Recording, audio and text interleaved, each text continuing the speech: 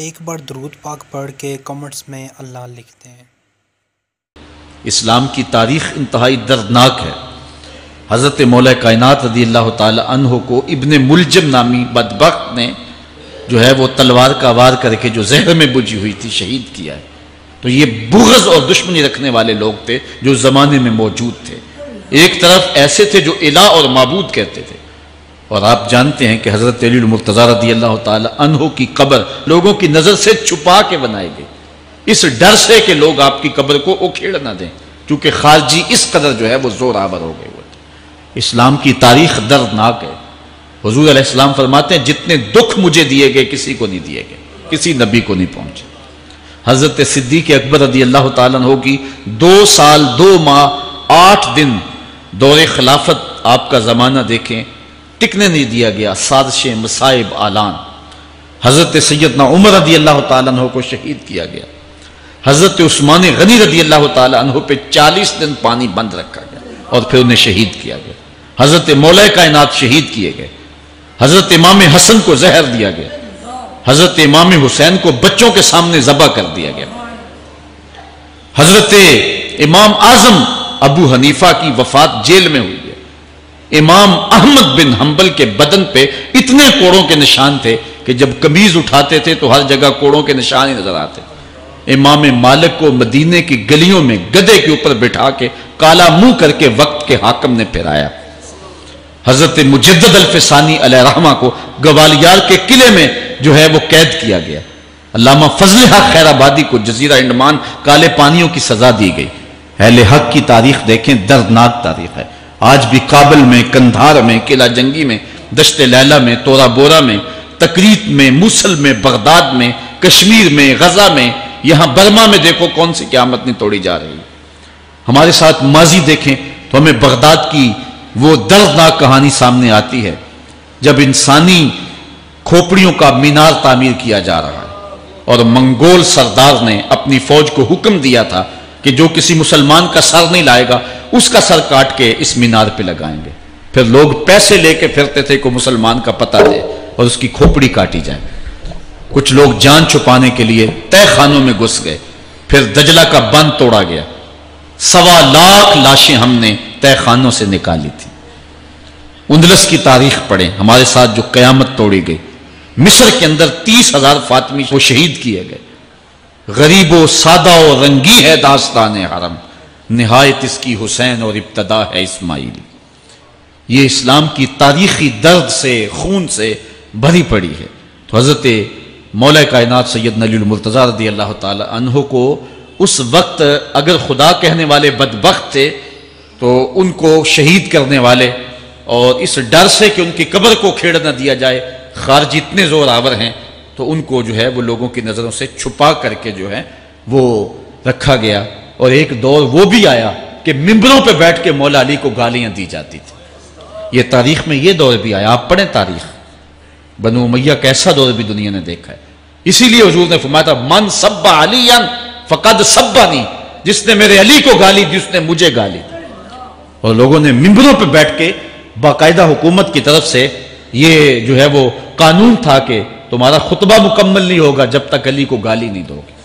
یہ لمحے بھی آئے جب اس دور میں دشمن علی موجود تھے، مبغضین موجود تھے، اور افراط محبت میں رکھنے والے موجود تھے۔ تو یہ دور تو اسلام کا حضور کے دور سے 1400 سال پیچھے ہے، تو یہاں بغض رکھنے والے بھی موجود ہیں۔ اس عنوان کے ساتھ اگر عنوان چھیڑوں تو یہ لمبی گفتگو ہو جائے گی، یہ میرا موضوع نہیں ہے، لیکن اتنی بات میں کہوں گا، اللہ کا شکر ادا کرو، اللہ نے تجھے اہل بیت کے در کا بھی غلام بنایا ہے اور صحابہ کا بھی غلام بنایا ہے۔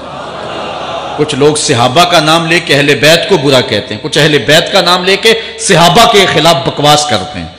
ہمارے بزرگ فرمایا کرتے تھے صحابہ نبی کے در والے ہیں، اہل بیت نبی کے گھر والے ہیں۔ ہم کہتے ہیں گھر والوں تجھے بھی ہمارا سلام، در والوں تجھے بھی ہمارا سلام۔ ہم در والوں کو بھی سلام کرتے ہیں، گھر والوں کو بھی سلام کرتے ہیں۔ کسی نے حضور خطیب الاسلام سے پوچھا تھا کہ حضرت عائشہ افضل ہیں یا حضرت فاطمہ افضل ہیں؟ پوچھنے والے نے تو صاحب کو پھنسانا چاہا تھا، لیکن جن کے عقیدے صاف ہیں وہ پھنستے نہیں ہیں، ان کے عقیدے واضح ہوتے ہیں۔ تو حضرت صاحبزادہ نے فرمایا کہ میاں اگر دیکھو بیٹی ہونے کی حیثیت سے تو تو فاطمہ بیٹی ہے نبی کی اور عائشہ بیٹی ہے ابو بکر کی. ابو بکر کی بیٹی نبی کی بیٹی سے افضل تو نہیں ہو سکتی. اور اگر دیکھو بیوی ہونے کی حیثیت سے فاطمہ بیوی ہے علی کی اور عائشہ بیوی ہے نبی کی. علی کی بیوی نبی کی بیوی سے افضل تو نہیں ہو سکتی.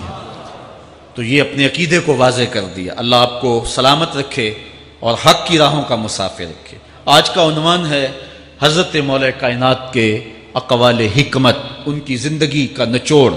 اللہ نے بصیرت کا جو نور اور جو ہے وہ دانش اور فہم و ادراک کے جو اجالے مولا کائنات کو دیے تھے وہ انہی کا مقصود ہے.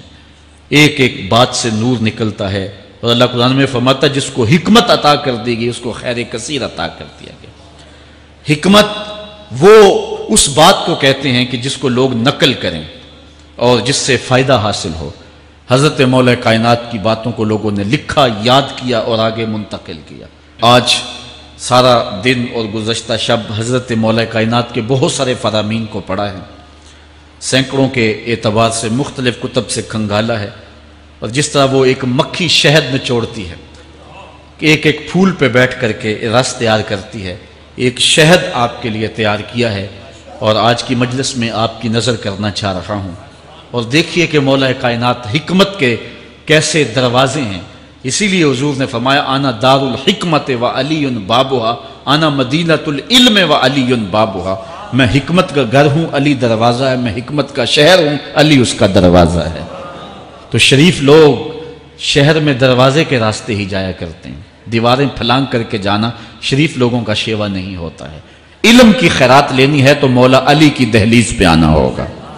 حضرت مولا کائنات فرماتے ہیں میں نے اپنے ارادوں کی شکست سے اپنے رب کو پہچانا ہے.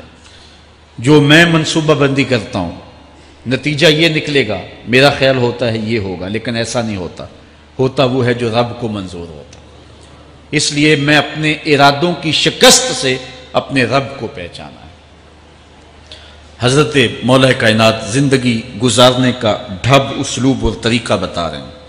سنو، فرماتے ہیں خالط الناس مخالطتاً ان متتم معہا بقو وان عشتم ہنو الیکم.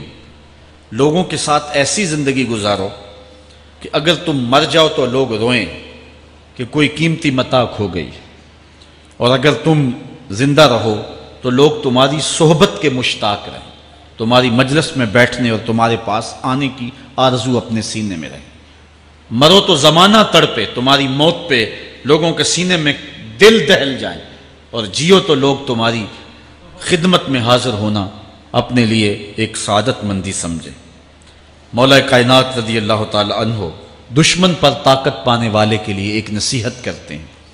فرماتے ہیں اذا قدرت علی عدوک فاجعل العفو عنہ شکرا للقدرت علیہ.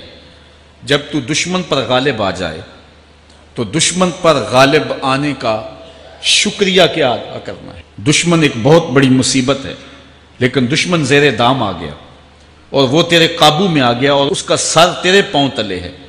اب اللہ کا شکر اس حال میں کہ مالک تو نے دشمن پر مجھے غلبہ دیا، طاقت دی، تو شکر کیا ہے؟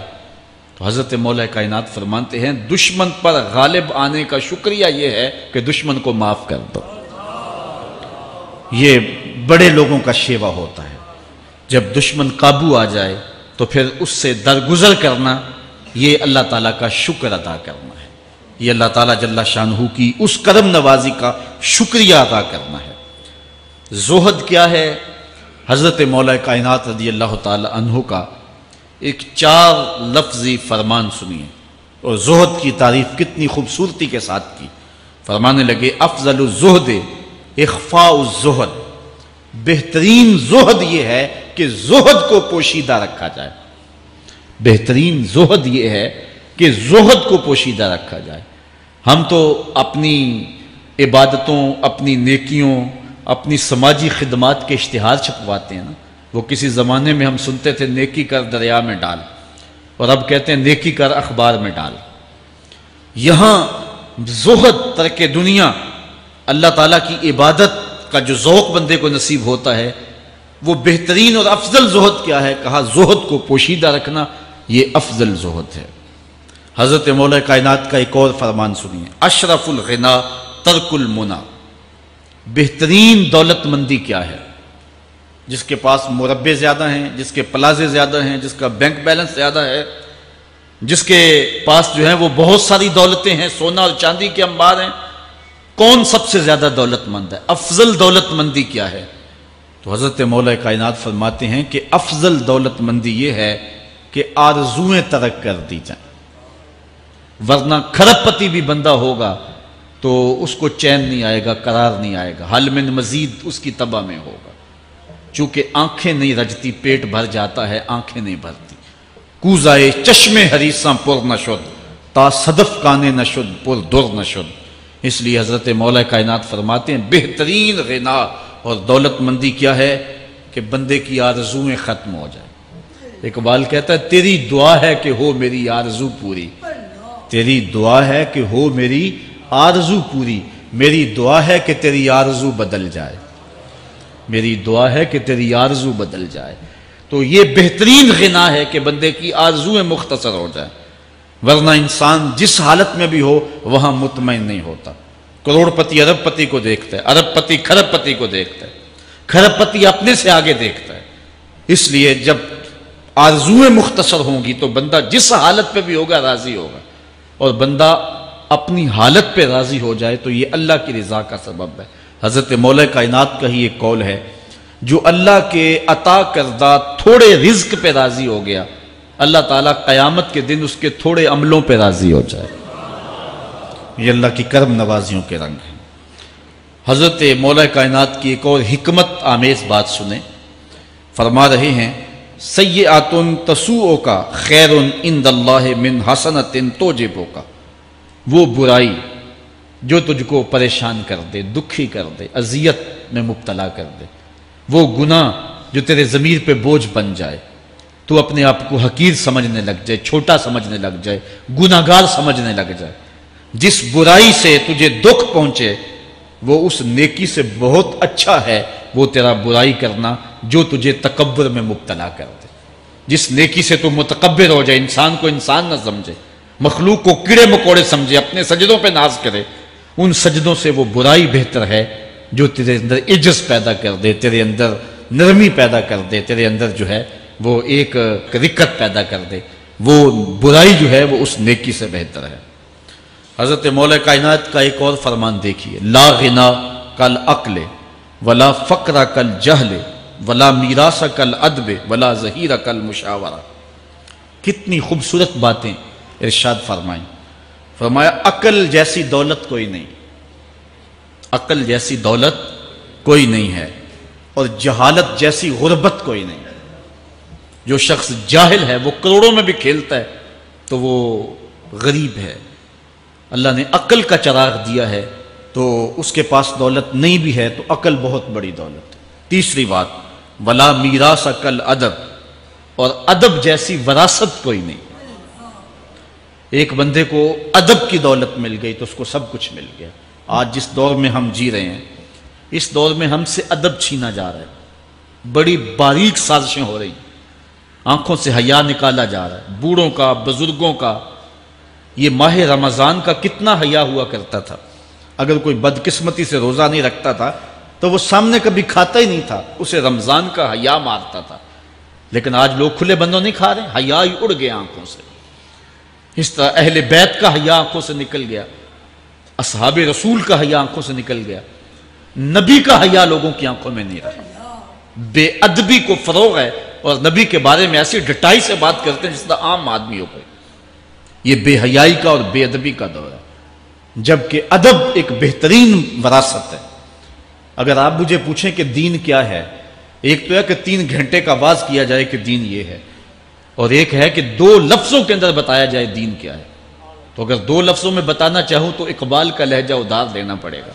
اقبال کہتا ہے دین سراپا سوختن اندر طلب، انتہائش عشق آغازش ادب۔ طلب محبوب میں تڑپنے کا نام دین ہے، ادب سے شروع ہوتا ہے عشق پہ ختم ہو جاتا ہے۔ جس دین میں ادب نہیں ہے وہ دین نہیں، چاہے صحابہ کا ادب نہیں، چاہے اہل بیت کا ادب نہیں، چاہے انبیاء کی ذوات کا ادب نہیں، چاہے والدین کا ادب نہیں، دین نام ہی ادب کا ہے۔ تو یہ دولت اس وقت چھینی جا رہی ہے۔ اور بڑی تیزی کے ساتھ قوم کے اندر بے ادبی کو فروغ دیا جا رہا ہے۔ نئی نسل کی حفاظت کریں، اپنی اولاد کو محفوظ کر لیں، ان کے عقیدوں کی صحت کا التزام کریں، کہیں ایسا نہ ہو کہ ان کی زبان لمبی ہو جائے اور ولیوں پر، نبیوں پر اور حضور علیہ الصلوۃ والسلام کے اصحاب پر اور حضور کی آل پر وہ زبانیں تان کھولیں، اور جس کو جو ہے وہ استنجے کا بھی پتہ نہیں ہے وہ انبیاء کے علم پہ گفتگو کر رہا ہے۔ شرم نہیں آتی کس کا علم تول رہے ہو، کس کی ذات کو ناپ رہے ہو؟ ڈٹھے ورق قرآن دے پھول سارے، تیری شان جیا نہیں کوئی ہو ڈٹھا، تیری شان دا کرے مقابلہ جیڑا انہوں عاشقاں اصلی چور ڈٹھا۔ کوئی نور آکھے کوئی بشر آکھے، پیندہ رات دینے اے ہو شور ڈٹھا، اللہ والیاں گل مکا دیتی تساں ہور ڈٹھا اساں ہور ڈٹھا۔ تم نے پتہ نہیں کس کو دیکھا ہے جو سکی بیٹی کو بھی نہیں بخشوا سکتا، گلا پھاڑ پھاڑ کے کہا جاتا ہے نبی سکی بیٹی کو نہیں بخشوا سکتا۔ اور میاں تم بخشوانے کی بات کرتے ہو، نبی تو کہہ رہا ہے فاطمہ تو جنتی عورتوں کی سردار ہے، وہ تو جنتیں بانٹ رہے ہیں، وہ تو جنتیں وراثت میں دے رہے ہیں۔ تو ادب پہلا کرینہ ہے محبت کے کرینوں میں، اس لیے کہا کہ ادب جیسی میراث کوئی نہیں، ولا ظہیرہ کل مشاورہ، اور مشورے جیسا مددگار کوئی نہیں۔ آپ کے پاس بڑے اسلحے ہیں، بڑی تلواریں ہیں، بڑے تعلقات ہیں لوگوں کے ساتھ، لیکن اچھا مشورہ یہ سب سے اچھا مددگار ہے آپ کا۔ حضرت مولا کائنات کا ایک اور قول سنیے، نفس المرء خطاہ الی اجلہ، آپ فرماتے ہیں کہ آدمی کی یہ جو سانسیں نکل رہی ہیں یہ موت کی طرف اٹھتے ہوئے قدم ہیں۔ دوسری سانس تب آتی ہے جب پہلی ختم ہو جاتی، تو پہلی سانس کی موت دوسری سانس کی زندگی ہے۔ وہ کیا کسی نے کہا زندگی نام ہے مر مر کے جیے جانے کا، یہ ایک بار ہم ایک سانس کو کاٹتے ہیں تو دوسری سانس آتی، جب تک پہلی سانس موجود ہے دوسری نہیں آئے گی۔ تو حضرت مولا کائنات فرماتے ہیں یہ موت کی طرف اٹھتے ہوئے قدم ہے۔ آپ رکے ہوں اشارے پہ تو ہمارے یہ پنڈی بائی پاس پہ جو اشارے لگے ہیں یہ 125 سے بھی چلتے ہیں، 125 سے پیچھے آ رہے ہیں، 20 سے 25 سے 50 سے 100 سے 125 سے پیچھے آ رہے ہیں۔ حضرت مولا کائنات فرماتے ہیں جو چیز شمار کی جاتی ہو وہ بالآخر ختم ہو جاتی، تو گنتی جب الٹی چلتی ہے تو بہت جلد کام زیرو پہ آ جاتا ہے، اور زیرو پہ پہنچنا ہی موت ہے۔ تو زندگی کی یہ سانسیں یہ الٹی چل رہی ہیں، اور میں اور آپ لمحہ لمحہ موت کے قریب ہو رہے ہیں۔ ہم جو ہے وہ اپنی زندگی کی سالگرہ منا رہے ہیں، ہم کہتے ہیں کہ ہم اتنے بڑے ہو گئے، میاں بڑے نہیں ہوئے، چھوٹے ہو گئے، موت بالکل قریب آ گئی ہے۔ اللہ اکبر۔ حضرت مولا کائنات معیشت کے اصول بھی بیان کر رہے ہیں۔ ما اعلی من اقتصد، جو میانہ روی سے چلتا ہے کبھی بھی کنگال نہیں ہوتا۔ اب ہر شخص کی آرزو ہے کہ میری دولت بڑھ جائے، میرے پاس پیسے کافی ہوں، میں آسودہ زندگی گزاروں۔ اس کا طریقہ کیا ہے؟ جھوٹی قسمیں، چالاکی، 2 نمبر مال بیچنا، ٹیکس چوری کرنا، بجلی چوری کرنا، گیس چوری کرنا، کیا طریقہ ہے پیسے بچانے کا؟ مولا کائنات سے پوچھیں، مولا علی سے پوچھیں۔ مولا علی فرماتے ہیں استنزل الرزق بالصدقہ، صدقہ دیتے جاؤ رزق بڑھتا چلا جائے گا، جو کماتے جاؤ اس میں کچھ حصہ رکھ لو اللہ کی راہ میں، صدقہ دیتے جاؤ گے تمہارا رزق بڑھتا چلا جائے گا۔ اچھا حضرت مولا کائنات کا ایک اور قول دیکھیے اور اس کا حسن دیکھیے، من ظن بک خیرا فصدق ظنہ، جو تیرے بارے میں اچھا گمان کرے تو اس کے گمان کو سچائی کر دے۔ تو وہ نہیں ہے جو کوئی تیرے بارے میں گمان کر رہا ہے، لوگ تجھے اچھا سمجھتے، تو اچھا نہیں ہے، تو تو اچھا بن جا تاکہ لوگوں کا گمان ٹھیک ہو جائے۔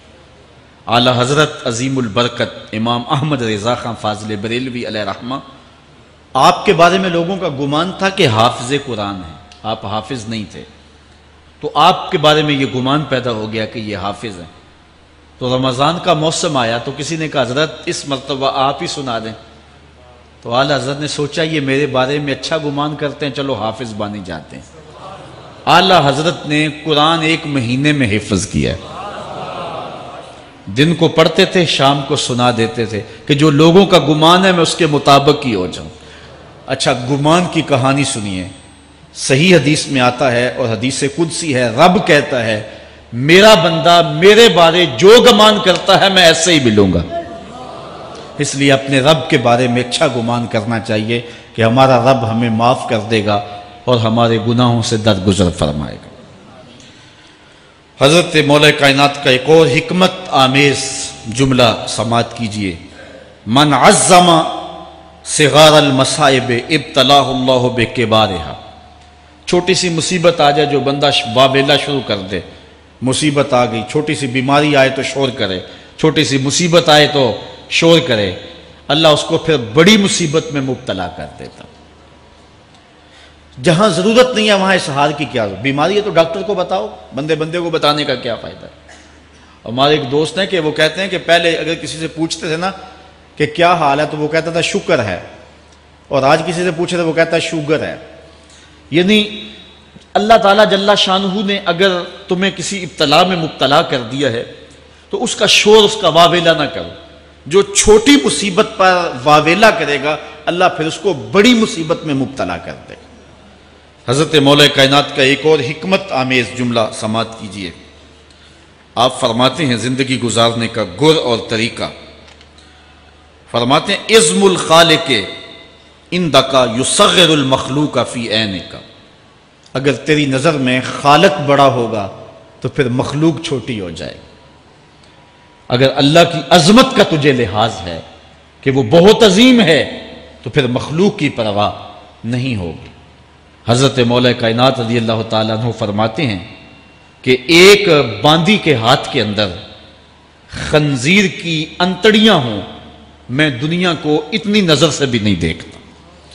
تو یہ انسان اللہ کی عظمتوں کا اور اللہ کی شانوں کا جب لحاظ اسے ہوتا ہے تو پھر دنیا اس کی نظر میں جو ہے وہ کوئی قدر و قیمت نہیں رکھتی۔ ایک روایت میں آتا ہے جس کو اللہ نے قرآن دیا اور اس نے دنیا داروں کو دیکھا رشک کی نظر سے کہ ان کو دولت دی گئی، ان کو فلاں دیا گیا، میں تو بہت پیچھے رہ گیا۔ قد حقر ما آتاہ اللہ، اس نے اللہ کی عطا کو حقیر جانا۔ اور میاں انہیں دولت دی گئی ہے، رب نے تجھے اپنا قرآن عطا کیا، تو پھر جو ہے وہ تو حقیر تو نہیں ہے، تجھے تو اعلیٰ چیز عطا کر دی گئی ہے۔ تو جس نے اللہ کی عظمت اور خالق کی عظمت کا اقرار کیا پھر مخلوق اس کی نظر میں کوئی حیثیت نہیں رکھتی ہے۔ کن فی الفتنۃ کابن اللبون لا زہر فیرکب ولا درع فیحلب۔ جب فتنے دنیا پہ پھیل جائیں تو مولا کائنات نصیحت کرتے ہیں پھر زندگی کیسے گزارنی۔ یہ دور بھی فتنوں کا دور ہے۔ حضرت مولا کائنات فرماتے ہیں جب فتنے معاشرے میں پھیل جائیں تو پھر اونٹ کے 2 سالہ بچے کی طرح ہو جا کہ اگر لوگ اس پہ سواری کرنا چاہیں تو وہ سواری کے قابل نہ ہو، اور لوگ اگر اس کا دودھ دونا چاہیں تو وہ دودھ نہ دے، یعنی وہ فتنے کو کسی طرح سے بھی تقویت نہ دے، اس طرح کا ہو جا جس طرح اونٹنی کا 2 سال کا بچہ ہوتا ہے۔ حضرت مولا کائنات فرماتے ہیں من حاسب نفسہ رابحہ ومن غفل عنہا خاسرہ ومن خاف آمنہ ومن اعتبر ابصر ومن ابصر فاہمہ ومن فاہم عالم۔ فرماتے ہیں کہ جس نے اپنے نفس کا محاسبہ کیا اس نے نجات پا لی، اور جو اپنے نفس کے محاسبے سے غافل رہ گیا اس نے خسارے کا سودا کیا۔ جو اللہ سے ڈرا وہ امن پا گیا، اور جس نے زندگی سے عبرت حاصل کی اس کی آنکھوں میں روشنی آ گئی، بصیرت کا اسے نور مل گیا، اور جسے بصیرت کا نور مل گیا وہ فہم و فراست کی دولت سے مالا مال ہو گیا۔ ومن فہم عالمہ، اور جس کو فہم مل گیا وہی شخص عالم بن گیا۔ مختلف سیغے یاد کرنے سے عالم نہیں بنتا، فہم و فراست کا نور اگر مل جائے تو یہ ہے علم کا جمال، آخرت کی فکر رکھنے والا عالم ہے۔ بلکہ مولا کائنات فرماتے ہیں العلم علمان مطبوع و مسموع، علم 2 علم ہے، ایک وہ ہے جو من میں راسخ ہو اور ایک وہ ہے جو کانوں تک رہتا ہو۔ فرماتے ہیں ولا ينفع المسموع اذا لم يكن المطبوع، جو سنا ہوا علم نفع نہیں دیتا جب تک وہ من میں اتر نہ جائے اور باطن کے اندر روشنی نہ کر دے۔ حضرت مولا کائنات کی ایک اور نصیحت ذرا غور سے سنیے، فرمایا تمہارے سامنے نیکوکار اور بدکار برابر نہ ہو، کہ نیک بھی جو ہے وہ اسی انداز میں ہو اور برا بھی، اس کا سلوک بھی تمہارا ایک جیسا ہی ہو۔ ایسا کرنے سے نیکوں کی ہمت پست ہو جائے گی اور خطاکار اور بھی شوخ ہو جائیں گے۔ ہر آدمی کو وہ مقام دینا چاہیے جس کا وہ اپنے عمل کے اعتبار سے مستحق ہے۔ اصل خرابی ہوئی تب ہے ہمارے آراس میں، ہماری محافل نعت میں، ہماری مجالس میں وہ لوگ مہمان خصوصی بنے جن کے پاس دولت زیادہ تھی، چاہے کردار کے لحاظ سے وہ کتنے ہی پست کیوں نہ ہو، اور جن کے پاس دولت نہیں ہے چاہے وہ کردار کے اعتبار سے جتنے مرضی بلند کیوں نہیں ہے، انہیں عزت کی مسند پہ نہیں بٹھایا گیا۔ میں نے اپنی ان آنکھوں سے گجرانوالہ کے ایک اسٹیج پہ دیکھا کہ ایک محفل نعت تھی اور ایک بوڑھا شخص سفید ریش، وہ اسٹیج پہ شوق میں کہ میں نعت خانوں کو قریب سے دیکھوں، وہ آ کے بیٹھ گیا اور منتظمین نے جو ہے وہ سیکورٹی کو حکم دیا اس بابے کو اٹھاؤ اور اس کو جو ہے وہ نیچے کرو۔ یعنی لوگوں کی قدر و منزلت ان کے دولت کے قد کے مطابق کی جاتی، جو کل شراب خانے میں مہمان خصوصی تھا آج وہ محفل نعت میں مہمان خصوصی ہے، جو جتنا بڑا ڈاکو ہے اتنا ہی بڑا جو ہے وہ عزت پاتا ہے۔ کیوں؟